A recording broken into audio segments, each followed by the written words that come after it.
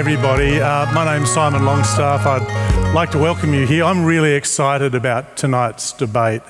We've got some fantastic speakers and a topic which is just right for the moment. You've heard the topic is that humanity is designing its own demise, and those who take a kind of dystopian view about this will say that the future of humanity itself is perilous. When there are centres set up now around the world to study potential existential risk, people who are critical, they cite climate change, they talk about broken political systems, growing inequalities throughout many societies.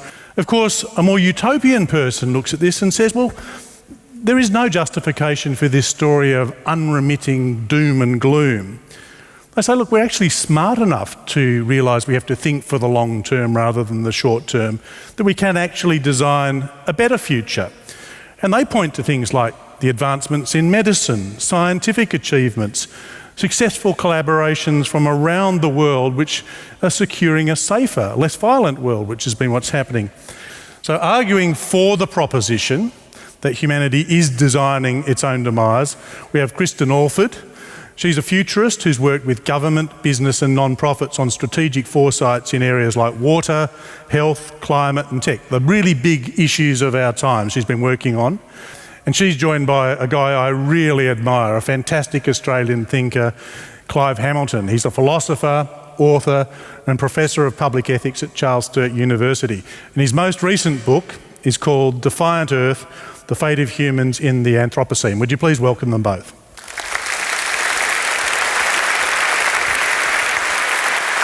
Now, believe me, they're equally matched because we've got Toby Walsh, who's a Professor of Artificial Intelligence at UNSW.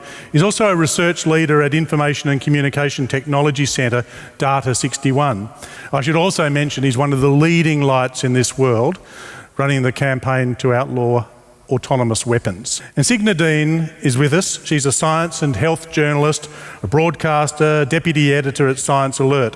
Her work's been published in National Geographic, Australian Geographic and SBS Science Online, which she launched. Would you please welcome the speakers from the negative? Now, please welcome the first speaker for the affirmative, Kristen Alford. Thank you, Simon. We are designing our own demise. Designing is a deliberate process with intent. We design for utility, for innovation or improvement, or as a positional signal to include or exclude others. There is a process to design and you need to hit the sweet spot. And in the work that I'm doing at the moment, we're looking at that sweet spot at the nexus of desirability, feasibility and viability. And we make those judgments about what is desirable, feasible or viable based on our own experiences. So when we design something that's desirable, we need to ask the question, desirable for whom? My favourite example at the moment, and I know a lot of you will be familiar with it, is the company called Juicerow. So Juicerow is well known in Silicon Valley for recently closing down, but not before they'd raised $118 million to simplify your juice experience every morning.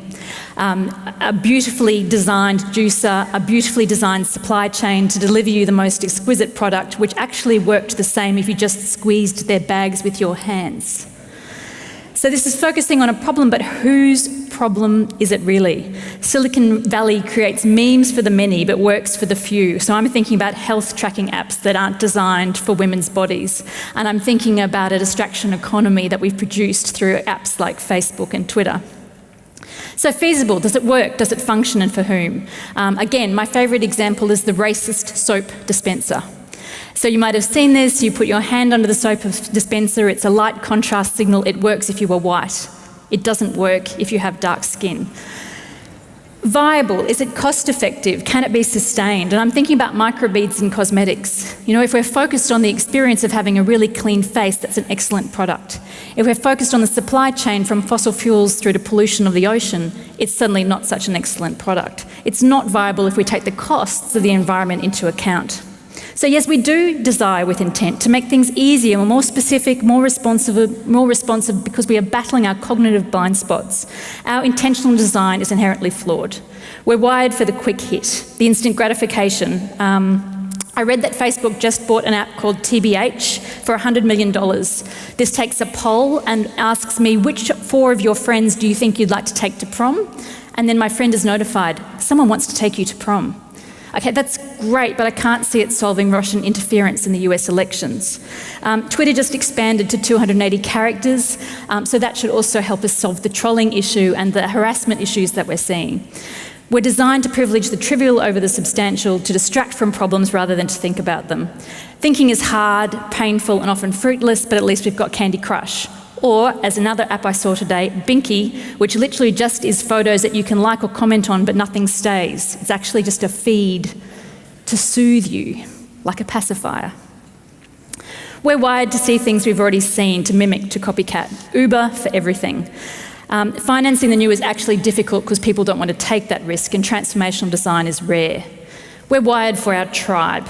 Irrational beings we are. We make decisions on values we've developed from resonance with people like us, and we design for the people we know and like. We're wired to see the stars and not the darkness. We don't see the things we aren't looking for. It's hard for us to know the things that we don't know. So yes, we are designing, we are busily designing, but it's all wealth and little value, to quote a Silicon Valley VC. So you might think these are small examples, especially given the introduction, the type of big things that I've been working on. They are small, but they are not trivial. The way we think become the way we plan, and what we plan is what we do. That's badly quoting the founder of Bilo.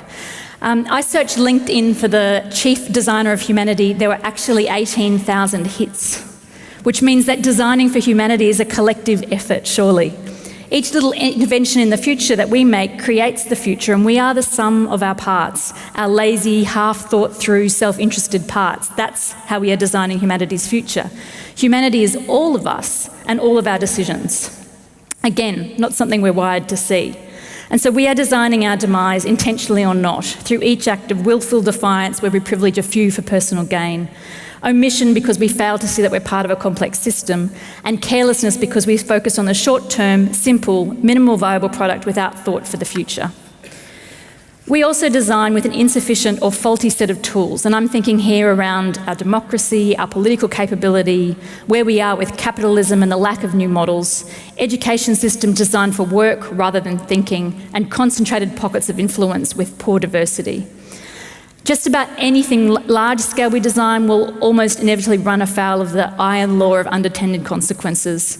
And interventions aimed at those large-scale improvements have a depressing tendency to make something else worse. And we've seen that through the fossil fuel economy and the effects on climate.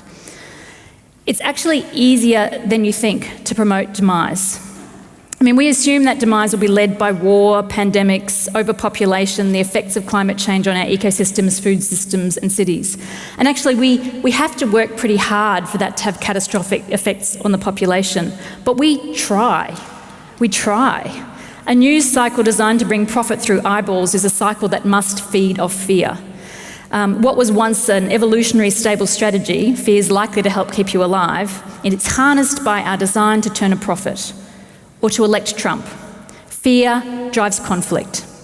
We discover new medical technologies and then we over-prescribe cures, so we drive communities into antibiotic resistance. We celebrate medical achievements that extend longevity without thought to the resources that are required to support life overall. There are so many ways in which we're the architect of our own demise. I understand that peak oil is still predicted sometime in the next 3 years, but in Australia, I would say we reached peak comfort in about 2012. That tipping point where you recognise it's now impossible to save to buy a house, where you realise that now you have to probably cobble together your own superannuation because you've been working a mix of portfolio jobs, where you're doing the calculations on having children versus paying off study debt for a profession that is now being automated, and you can no longer guarantee that your children will have the same quality of life that you have lived. Don't accept that progress is linear. Demise is not the only transformational devastation, and Clive will account more. It is the death by 1,000 paper cuts of indignities and inequalities that people experience precisely because we have thought about the design, and we've thought about it badly. So what do people actually want? So the people of Delhi want better air quality. There's an app that tells you how bad the air quality is. Someone designed that. I want to see us design better air. The women of New York want better safety. There's an app for that too, which allows to report when you've been harassed or assaulted. I want to see us design a better culture that doesn't see women, well, actually just sees women as people. That would be a start. Technology is neutral, but it's us that is coming up short because we favour the economy and not multiple systems. We've privileged the quick win, the Series A, the glossy brochure. So don't be willfully ignorant. Don't be accidentally ignorant by omission. Don't be careless on the long term.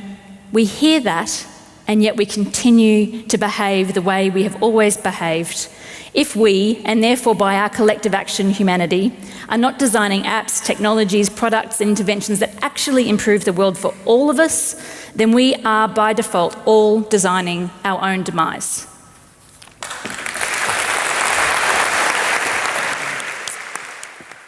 Let me start by quoting a much better speaker than myself, Barack Obama. The truth is, if you had to choose any time in the course of history to be alive, you'd choose this one, right here, right now. Now, actually, I have to admit, he didn't say right here, right now. He said right here in America, right now. But that's because he doesn't live in Australia. And actually, Australia's an even better place to be alive. This really is the greatest time to be alive. 100 years ago, your life expectancy was about 55. Today, it's over 80. Around the world, life is getting better. There was one point a few years back when my life expectancy as an adult male was increasing by 1 year every year. Now, if you think about that, that's a trend that could go on forever as far as I'm concerned. People often look back with nostalgia to less technological times. But they weren't better. There's that old joke, nostalgia isn't what it used to be. It really is a better world today. 1 billion people have been lifted out of extreme poverty in the last 25 years. And most of us don't feel it, but it's the least violent time in history. Steve Pinker's book, The Better Angels of Our Nature, makes an excellent case for the technological, humanitarian, and other trends that mean today is much less violence, much less genocide is taking place than ever. The annual homicide rate in London in the 15th century was over 50 people per 100,000 population. Today, it's under 2. And despite the terrible genocides that have happened recently in Bosnia, Rwanda, Syria, and elsewhere, the death rate from civil war has reduced tenfold in the last 50 years. You're now more likely to die from obesity than from malnutrition. Since the Industrial Revolution, our income in real terms has increased 5-fold. And the amount of hours that we're working has decreased quite significantly. You used to work 60 hours plus a week. Now, most of us only have to work 40 hours a week. In fact, we all have so much income and spare time that 1,000 of you can come down to Town Hall, spend $39 to hear us debate these issues. And how did we do this? We did this by designing a better future. We live much better lives than our grandparents because we embraced science and technology. And the only hope for our children and our grandchildren is if we do the same. Now, you often hear that we live in exponential times. Actually, you hear a lot of bullshit about exponential times. There's one exponential, though, you don't hear a lot about. That's the exponential advance of science. The subject matter advances exponentially because, to borrow the words of Isaac Newton, scientists like myself get to stand on the shoulders of giants. We get to build on all the cumulative knowledge that has been built up before us. And it is advancing exponentially fast because today, as many scientists are alive as have ever lived in the past. Now, for the mathematical in the audience, you'll recognize that means exponential growth. Now, I'm a professor of artificial intelligence, so I want to lay to rest your fears that it's the robots that are going to end humanity. Artificial intelligence is not our greatest existential threat by a long way. It don't take my word for it. In a recent survey of 50 Nobel laureates, including Australia's own Brian Schmidt, it barely scraped into the top 10. Number one, of course, was climate change. I'll come to climate change in a moment. That's not to say there's not things that we should fear about AI. I'm actually way more worried about stupid AI than smart AI, that will be giving responsibility to machines that are not capable enough, that will be handing over our hard-fought civil rights to algorithms that discriminate, that will be letting machines take over the battlefield, turning warfare into a horrible thing, an even more horrible thing than it already is. And while I'm laying to rest your fears about AI, let me lay to rest your fears that AI is going to take all our jobs. There are limitless number of jobs in aged care, in healthcare, in education, in the arts, in the artisan crafts, and in all the new jobs that the new technologies will create. We just have a small problem about distribution of the wealth that technology is going to bring. And that distribution problem may require us to make some large changes to our society, like universal basic income or negative tax rates, for sure. We do have a good historical precedent here, the Industrial Revolution. And we faced similar challenges then, but to deal with those, we designed some serious changes to our society. We introduced universal education so that people were educated for the new jobs in offices and factories. We introduced unions and labor laws so that the workers were protected from the owners of the means of production, and people like Karl Marx were proved wrong. We introduced the welfare state and pensions, lots of things. We made some pretty radical changes. We designed a new type of system so that we all benefited from the prosperity of technology. So I'm confident we'll design solutions to any of the problems that AI might pose. In fact, my biggest existential fear is that we're not designing a way to deal with things like supervolcanoes and giant meteors. In fact, that's where it went wrong for the dinosaurs, right? They were sitting around thinking about how to get bigger and stronger. But what they should have been doing was designing an interplanetary meteor detection and destruction system. Now, I don't want to play down the problems that climate change facing mankind and other things like our diminishing resources and increasing population. But to cure all these problems, we just have to design our way out of trouble. In terms of existential threat, I suspect climate change is the biggie, and I'm sure you're going to hear more about it in a second. If it is terminal, don't worry. I've met Elon Musk. I can tell you he's mad, bonkers, but he will have got us to Mars.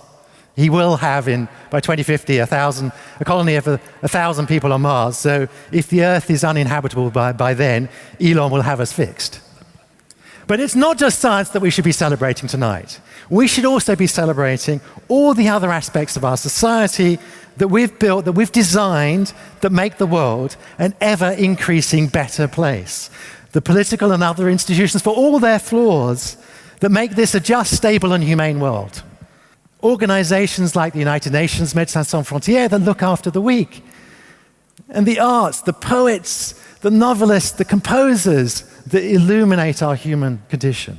But above all, we should be celebrating our remarkable ability to design a better future. Thank you very much.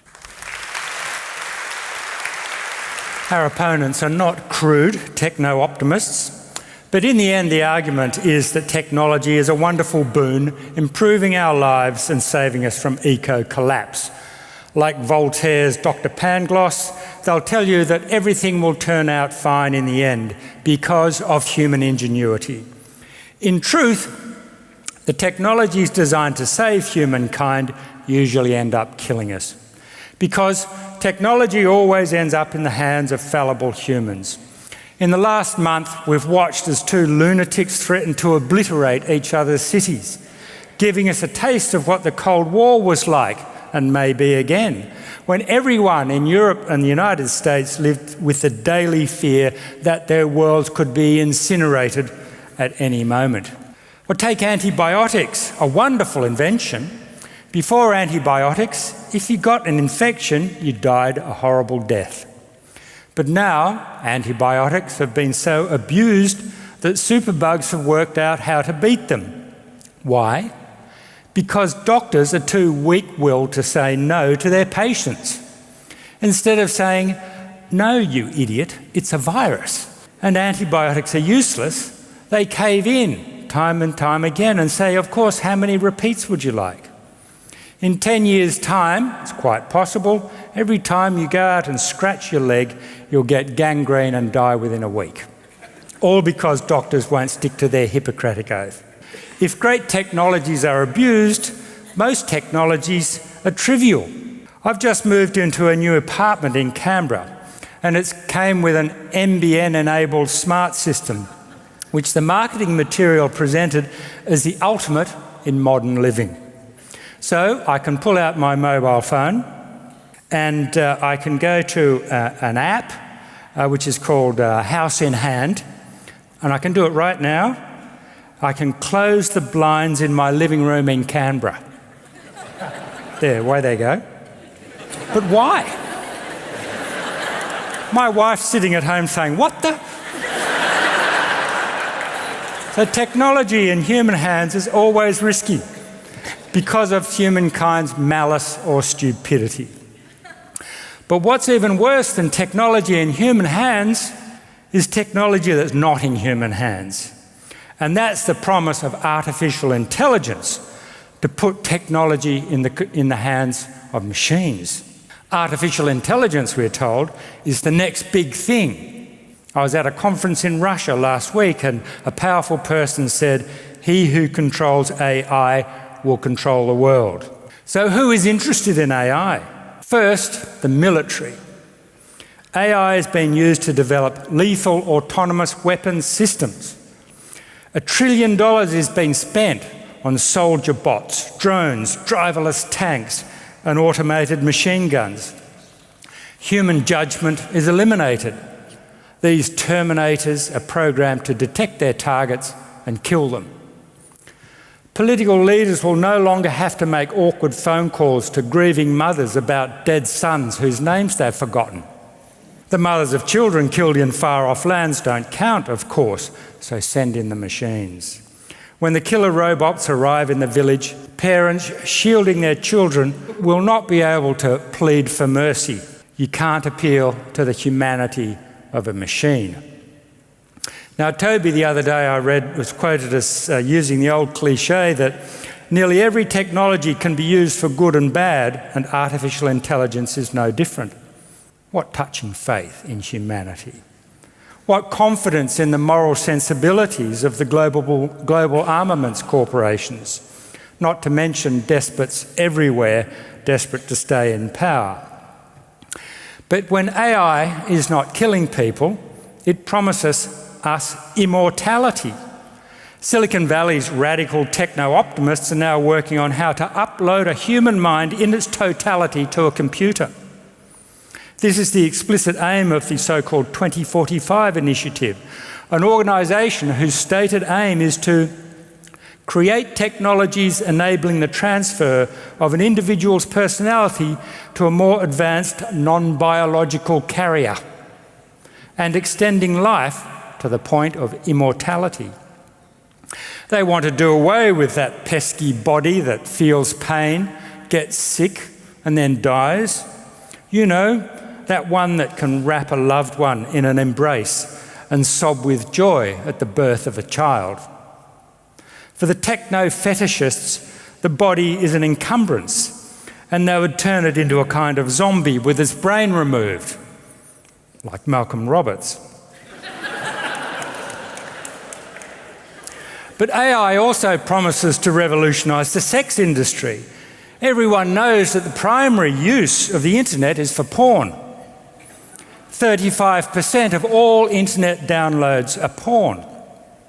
And AI will probably go the same way. As The Guardian reported, the $30 billion sex tech industry is about to unveil its biggest blockbuster, a $15,000 robot companion that talks, learns and never says no. AI will enable these sex bots to tell jokes, quote Shakespeare, and learn the sexual preferences of their owners. Yuck. AI is creating the inadequate male's perfect woman, compliant and with the figure of a porn star, a new kind of robo-patriarchy. But there's one big question the techno-optimists don't want us to ask. Is modern technology actually making us happy? The WHO reports that the global incidence of depression is rising rapidly. This disease of modernity is now the world's most widespread illness. And when we add in anxiety, schizophrenia and bipolar disorders, the figures are, of course, a lot worse. And they've been rising not just in countries like the US and Australia, but in China too. It's one of the most afflicted. When I was young, my parents' generation didn't have mobile phones. They couldn't check their bank accounts on the internet or book into a restaurant online. They could not close their blinds in Canberra while visiting Auntie Flo in Sydney. They didn't have 200 Facebook friends. They drove Holden EHs or they caught the bus. They took a plane once every 2 or 3 years, if at all. They didn't dream of owning sex bots or driverless cars. So it's untrue, as Toby said, that life is getting better, because you know what? They were happier back then. All of the data show that Australians then were happier than we are now. Not everything was great. There was sexism and discrimination. They changed, but they didn't turn to the geeks of Silicon Valley. They engaged in political activity. Every time we look for a technological solution to a social problem, we make it worse. We're told new technology will make our lives better, but all of the data show that the more dependent we become, the more unhappy we are. So, ladies and gentlemen, we are designing our own demise, creating a world of killer robots and talking sex dolls, a world where our minds exist only on a hard drive somewhere where they live forever, or at least until the next power blackout. Thank you. Thank you, Clive. That was a nice picture of a technological dystopia, so to speak. And I want to dial it back a little bit and talk about the conversation that we're actually having here tonight. What we're really talking about, fundamentally, is just this one thing, about how we envision future. What do we want it to be? And what I will show you is that not only are we not designing a demise, but humanity is already collectively working towards a brighter and better future. So I reject the idea that humans are stupid, because there are some very good examples showing that we are fixing things as we speak. So the thing about future is that it's notoriously hard to predict. Like, we can't really predict, no matter what the psychics will tell you. You know, we have to use our imagination, basically. And the way we imagine our future depends on many variables. So we end up building a picture of what we think it's going to look like based on what happened in the past, and also on the things that are happening right now, so to speak, on the trends. So at a time when all of us are dealing with that daily fire hose of information from the internet, we have the news, we have Twitter, we have the distraction economy, we are overwhelmed with news, probably. At least I am, and I'm a journalist. And what we see when we're exposed to all these headlines is that we think we see our present as something that's going to make the future worse, and it's making us scared. And on any given day, there will be stories about floods, hurricanes, bushfires. And then you get all the op-eds from all the scientists talking about, okay, well, how much was the latest disaster really caused by climate change or not? Then we have the death and the terrorism and the international conflict. And there seems to be a growing radicalization of views, and we're all seem to be fighting more and more. That's what we see in the headlines. And then there's also the sci-fi threat of robots taking our jobs or of AI taking over the world, even though in a lot of cases that seems to be pretty far off still. And it feels like the world around us is crumbling to pieces, right? It feels bad. And the thing is, it's very easy to be despondent about the future and to ask ourselves, what kind of future are we really designing here? But here's the thing about those scary headlines. Even though the news is largely truthful, and again, trust me, I'm a journalist, that constant flow of information can be misleading because it skews our perception of the world. Because right now, humanity is actually much safer, it's much more prosperous, and much more healthy than ever before. And most of that progress we've achieved in the past 150 years. There's no good reason to say that at least some of those trends are not going to continue. So in my job as an editor, I write my fair share of headlines every day.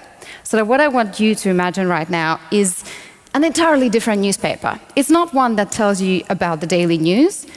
It's one that tells you about the big picture, as big as it gets. What's happening around the globe right now? You might start thinking about terrorism, but let's just dial it back a bit. In that paper, I see headlines that we do not see every day, that most of us haven't seen at all. Turn the page and you will see the fact that every single day, 140,000 people are lifted out of extreme poverty. Or there's another one. Since 2001, vaccination in the world's poorest countries has saved nearly 20 million children's lives. And it's also saved them billions of dollars, money that's going straight back to the economies that need it the most. That automatically means more empowerment, more equality, all those good things come out of just 10 vaccines. And vaccination is actually a really good example to demonstrate our collective ability to make a better world. I was born 8 years after the world declared that we had eradicated smallpox. No such thing. I didn't need to be vaccinated for it. And in that very same year, a global campaign was launched to eradicate the next disease. We chose polio. And during my lifetime, we've prevented hundreds of thousands of polio cases. Last year, there were only 37 children around the globe who got polio. When I was born, that number was 350,000. So that's a huge change, and that's something we've all worked on together. There's a lot of people who will be worried about the apps that are distracting us, but there's also a lot of people out there doing incredible work. There's foundations that pour money into the right solutions, and they look at the problems that we have, and they go on to solve them. So that's my imaginary newspaper. Sometimes, when you just feel really bad about the world, I remember all the good things that are actually happening that we don't talk about, because the human mind is more preoccupied with the here and the now and what Trump said, etc. But the big picture is much, much better. And yes, tonight we've also heard about many of the challenges that do threaten the future. There's this whole elephant in the room, if I might, climate change. But everything we've done so far, and this is not a techno kind of futurist view, everything we've done so far shows that despite setbacks and trials, humans just never give up. So if we accept the opposition's arguments, we've already set ourselves on a path of no return. But by now you can probably tell that I do reject that conclusion, because our world is one of declining poverty, declining violence, declining suffering, and declining inequality. That's across the board. Of course, one thing that's not declining are global temperatures. And as I mentioned, we are creative and inventive. And even though technology alone is not going to solve climate change, we have been on the planet for 200,000 years already, and we have survived a lot. So I'm pretty sure we're not going to stop now. The world right now is actually working to our advantage in terms of trying to solve the problems with climate change, because we are more globalized than ever. And that, in this particular case, is a big help. In fact, facing climate change is already unifying humanity as a species. One huge testament to that is the Paris Climate Agreement.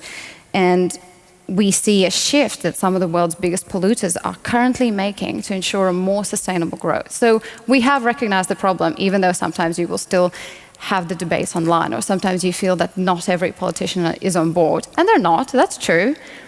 But overall, we are working to solve that problem as well. And where we can't solve it, we will adapt.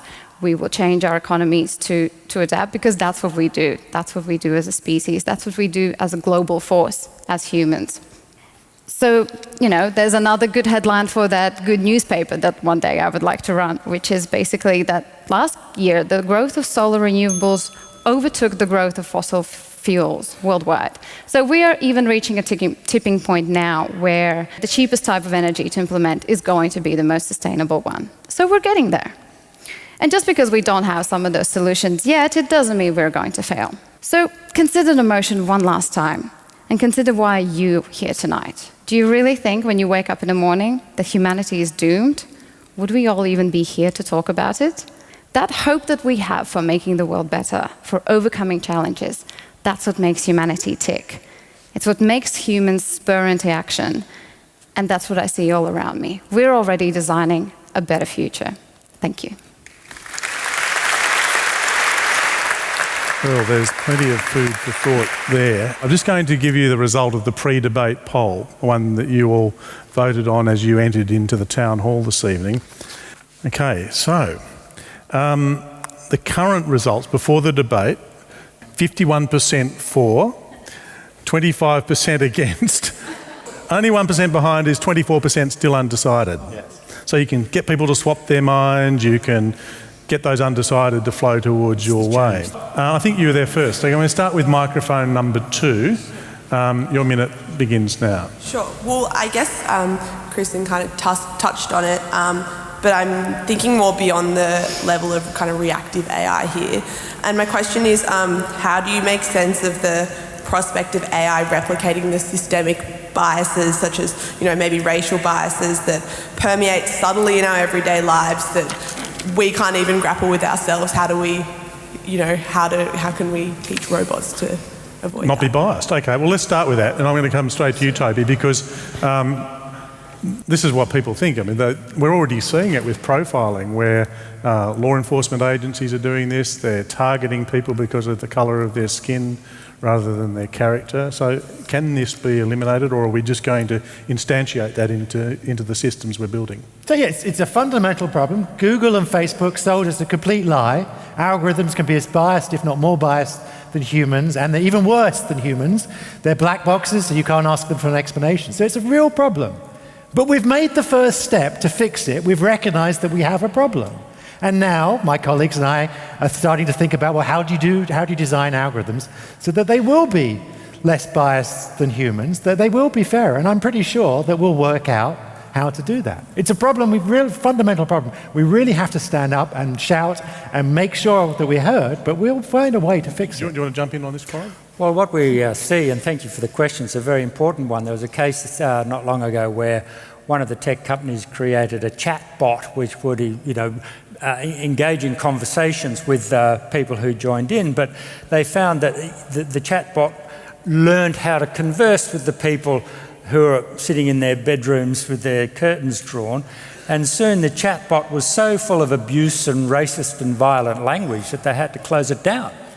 And so we've got this problem where humans, social and political interventions are constantly battling to try to correct or counter the biases and the denigration and violence that's built into these machines, which the Silicon Valley types tell us we must rely on increasingly. What do you say to Toby's? His response is that he can actually fix it now. The problem's there's no violence built into the machines. Well, there's violent language built into the machine. No, that was given to it by the humans. That's a poor reflection on human character. No, that wasn't given to the chatbot. The chatbot was told to learn from the people who talk to you. So the people gave them the language by learning from them. It was taunted. If you hold a mirror up to the bottom of the internet, you'll see what you will see, which is the worst human behaviour. Violent pornography was not built into the internet, and we know but it's everywhere there now. Okay, let's go back to the room. But the point is that I think you're going to have to answer is Toby's making, I think, a sincere claim that he reckons they can fix it, having identified the problem. Yes. Whether we believe that or not will be the question. Microphone 1. I guess my question is, we've seemed to reduce humanity to Silicon Valley, and we seem to have reduced design to bad design of apps and computers and artificial things. But design is much bigger than computers and apps and stuff. Would your positions be the same if we include like social design, like designing things, new business models, sustainable design, other things, good design, not just bad design of Silicon Valley, which is a little part of humanity. Okay, so if we got if the whole of design is taken into account, political systems, buildings, artworks, the lot, would we be negative? Would I change my position? Absolutely not, because that's exactly what I've been talking about, and that's exactly how I've been thinking about this question ever since I was asked to join this debate.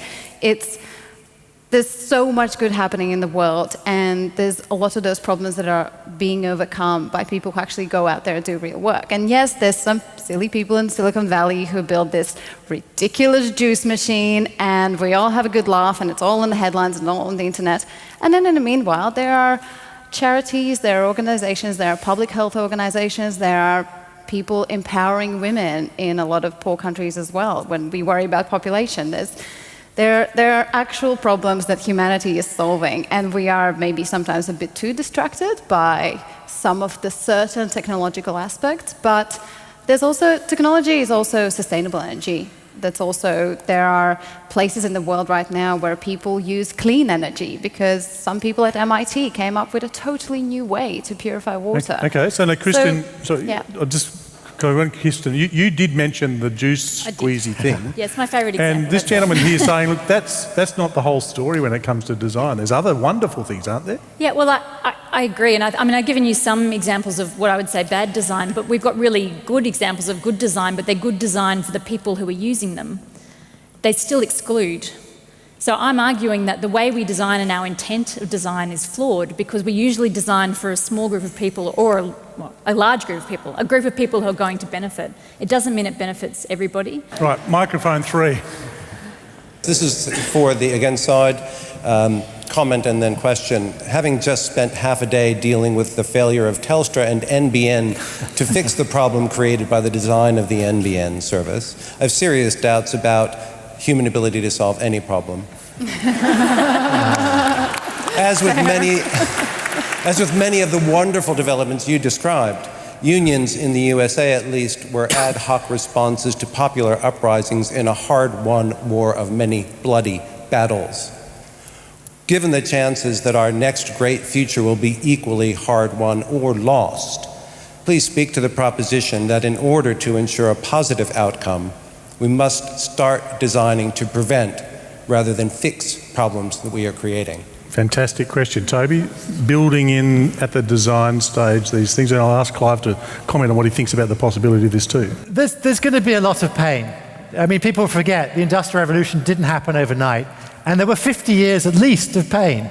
The quality of people's life went backwards for a long time, and it was 50 years before it got better. But now it's got a lot better. We have 5 times the real income. We live longer lives. We work less.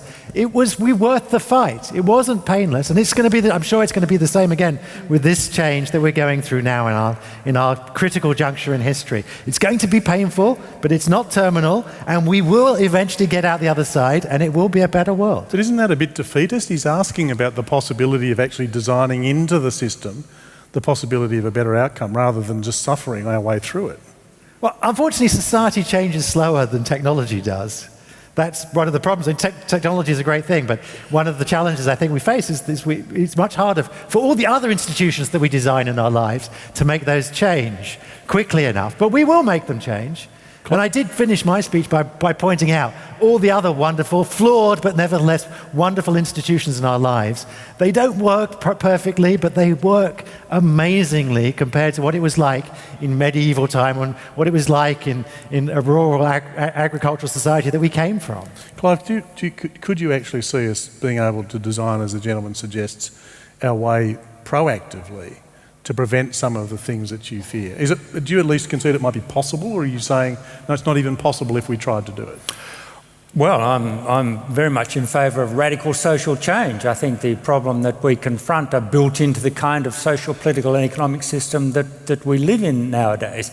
30, 40 years ago, there was the prospect of some kind of radical alternative to the system, but in fact the opposite has happened. It's become more and more entrenched.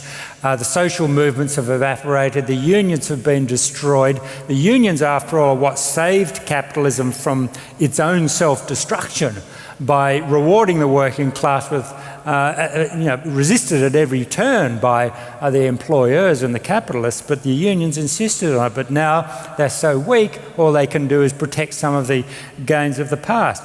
But you have to be, when you look at our political system, you have to be pretty pessimistic about the probability of radical social change.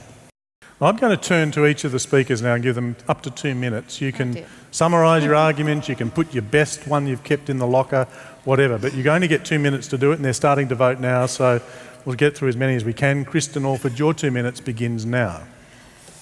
So I guess I'd just like to reflect on the arguments that Clive and I have made in terms of setting about how we're designing our own demise and how we're wired to design our own demise despite our best intentions. So I've talked about limited vision, I've talked about the accumulation of small things, our distraction, and Clive's talked about things that are larger and have greater impact, autonomous weapons, nuclear, and things that are developed with malice and mischief. And I guess what I wanted to say around that there are, the first thing is that we're designing the wrong things and we're solving the wrong problems. So that was one thing I wanted to just reinforce. Secondly, Toby was talking about, he's more afraid of stupid AI. Well, we're certainly capable of designing stupid AI. We're certainly capable of designing malicious AI. And so it's easy for us to kind of go, oh, but the good AI will win out. I'm yet to be convinced of that argument. Senya talked a little bit around that, there are, if we look at the reality, the news is actually good. And I'd like to say, well, perception shapes our reality. If we feel bad, that shapes the way we respond to the world. If we feel afraid, we don't vaccinate, despite the evidence. We cancel a carbon price because we think we're going to lose $500 a year. We retreat to our tribe and we vote for people who we think are going to serve our best interests. So perception is reality and it's important. And we design for that. We design for that because it generates profit. We design for that because it generates a win for somebody and not necessarily for us. And then Toby said there is, quoting Barack Obama, there is no better place than right here in America right now. That was a couple of years ago. Both Toby and Senya are arguing that things have been improving and they will continue to improve, but I'd like to reiterate what I've said about peak comfort. Let's not assume that progress is linear. Things go up and things go down, and it is our time. We are designing for down. Thank you. Toby Walsh, your 2 minutes now. So Barack Obama repeated that very recently. So he did say it first a couple of years ago, but he repeated himself. So many of the arguments raised by the people for the motion seem to be problems of affluenza, that we're becoming victims of too much income and too much free time. And, we are too focused on ourselves, and we have to think about the bigger picture, the whole planet. And it really is a better planet today than it has ever been. 100 years ago, over 1 in 3 children under the age of 5 died. Today it's 1 in 20. That's still 1 in 20 too many, and hopefully it's going to be 1 in 40 soon, but we are making the planet a better place. Technology doesn't go forwards in a linear fashion, making our lives only better. Society doesn't go forwards in a linear fashion. There are bumps on the road, and we're certainly going through some bumpy patches. But I'm very confident, like we learned from history, that we'll get out the other side and it will eventually be better. Thank you. Thank you. Yes. Clive Hamilton, your 2 minutes. I didn't mention climate change in my opening talk because it seemed to be unfair to do so. It's a slam dunk. I mean, when the carbon dioxide concentrations in the atmosphere a year ago passed through the 400 parts per million, that was the first time it had been at that level for 23 million years. And now, the Earth scientists tell us, humans have taken the Earth into a new geological epoch, the Anthropocene. It's not a better planet. It's a dangerous planet, and there's no turning back the geological clock. Now, the premise of the proposition is that the demise of humanity is something we have to avoid, because the first object of humans, of course, is to go on living forever. And our opponents have talked a lot about increasing life expectancy. But isn't our desire for immortality actually our greatest flaw? What would it be like to live on a world where nobody died? In fact, there's a novel by the Jose Saramago Nobel Prize winner in which, in an unnamed country, death goes on strike. People stop dying. And everyone celebrates their newfound immortality. Miraculously, they've been granted humanity's oldest wish. But the joy is short-lived. As the months pass, people begin to see the problems that death's absence gives rise to. Aged care workers start to worry that the hospices will fill up with decrepit old people who refuse to die. And against that, the funeral homes quickly go out of business. And then the government realises that the pensions bill is going to drive the country into bankruptcy. And so the absence of death turns into a social catastrophe.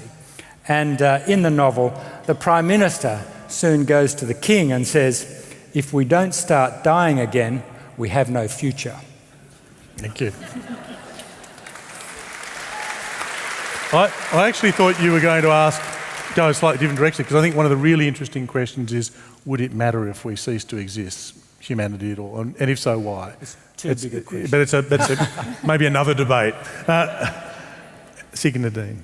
So there's a few points. It feels that our opposition, especially maybe more in the shape of Clive, are talking a lot about the more sci-fi sounding threats, whereas what Toby and I have been trying to remind you of is of the real work that people are doing, the scientists, the engineers, sometimes the politicians. I mean, they sometimes do good work too. And just because there's an app for everything, including some very stupid stuff, it doesn't mean that we're also not designing actual solutions. And the thing is that technology doesn't always have to be fully inclusive. There's that thing that, every invention, every app, every solution doesn't need to benefit everybody, which is something that Kristen mentioned. Sometimes it just needs to benefit that specific community. And there are many communities, there are many societies, there's plenty of continents on Earth, and there are a lot of different challenges that those individual communities face as well.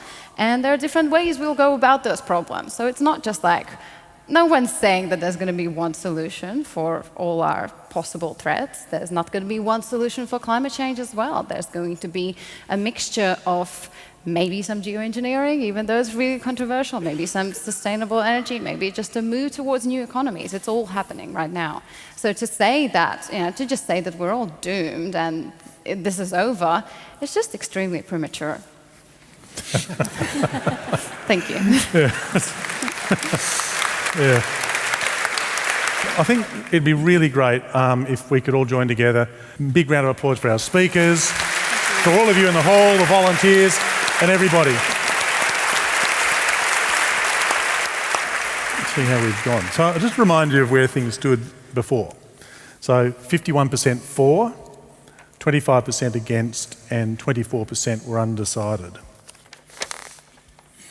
Well, only 9% remain undecided at the end of that. So there's been a shift, pretty big shift. So the final results were 9% undecided, 42% against, but 49% for. So it's a really big, you can take the victory, you can take the swing. There's something in it for everybody. Ladies and gentlemen, my name's Simon Longstaff. I'm from the Ethics Centre. I wish you a wonderful night tonight. Thanks for coming, and goodbye from everybody here and from IQ2 Australia.